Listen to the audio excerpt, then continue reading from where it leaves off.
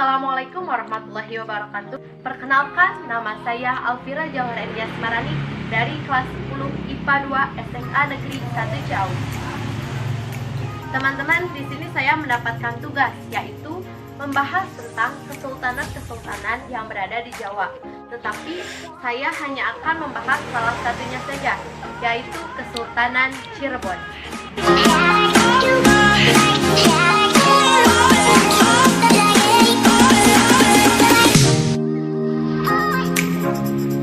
Kesultanan Cirebon.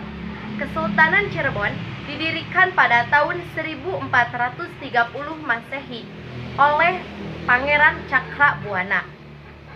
Secara geografis, kesultanan ini terletak di pantai utara Jawa Barat. Lokasinya berada di pantai utara Pulau Jawa, merupakan perbatasan antara Jawa Tengah dan Jawa Barat, menjadikannya sebuah jembatan dan pelabuhan yang berbatasan antara kebudayaan Jawa dan kebudayaan Sunda, sehingga terciptalah suatu ciri khas tertentu di kebudayaan Cirebon, yaitu kebudayaan Cirebon tidak terdominasi oleh kebudayaan Sunda maupun kebudayaan Jawa. Kesultanan Cirebon juga merupakan kesultanan Islam ternama di Jawa Barat pada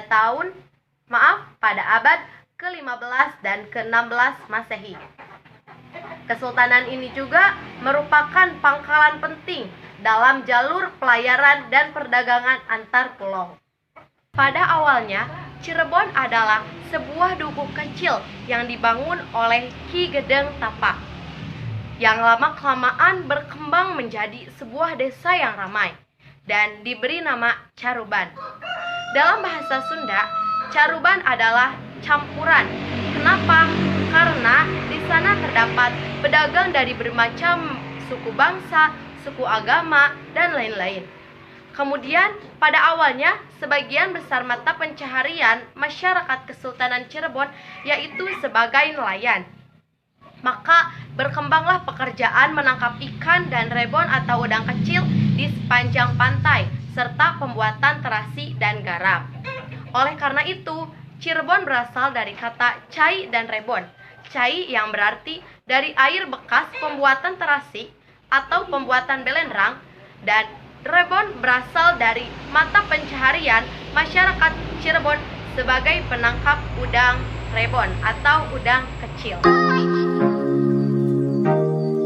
Sekarang saya akan membahas kehidupan masyarakat di Kesultanan Cirebon. Yang pertama yaitu kehidupan sosial. Kondisi sosial di Kesultanan Cirebon terdiri dari beberapa golongan.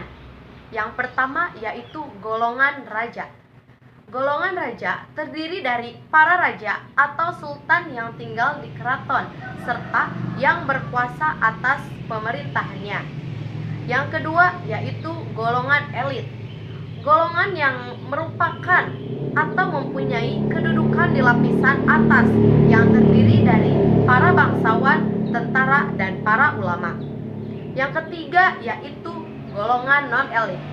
Golongan non-elit merupakan golongan lapisan masyarakat yang berjumlahnya terdiri dari masyarakat kecil yang bermata pencaharian sebagai nelayan, petani, pedagang, dan lain sebagainya.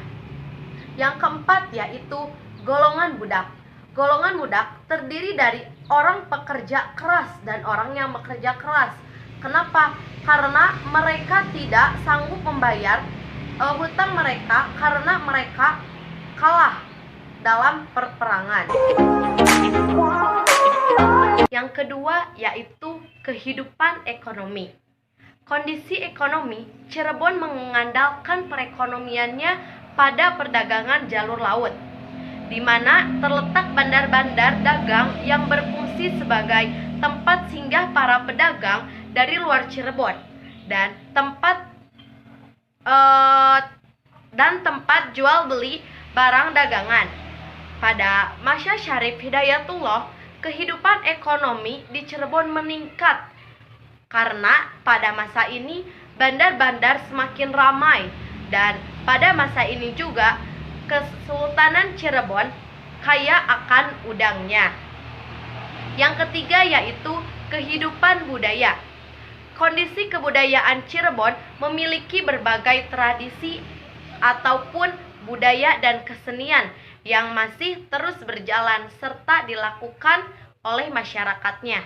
Contohnya, tradisional Maulid Nabi yang telah ada sejak Pangeran Cakrabuana dan upacara Pajang Jimat. Yang selanjutnya yaitu ukiran-ukiran yang ada pada keraton banyak menunjukkan pola zaman sebelumnya. Ukiran yang menunjukkan sifat khas Kesultanan Cirebon yaitu terdapat pada pola ukiran awan yang terdapat di batu karang. Nah, untuk materi yang saya bahas hanya sampai kehidupan masyarakat di Cirebon saja. Kenapa? Karena untuk materi selanjutnya akan dibahas oleh teman saya. Jika kalian ingin tahu apa selanjutnya pembahasan dari Kesultanan Cirebon, maka kalian jangan lupa subscribe channel YouTube MIPA 2 Study. Dan jangan lupa like and comment.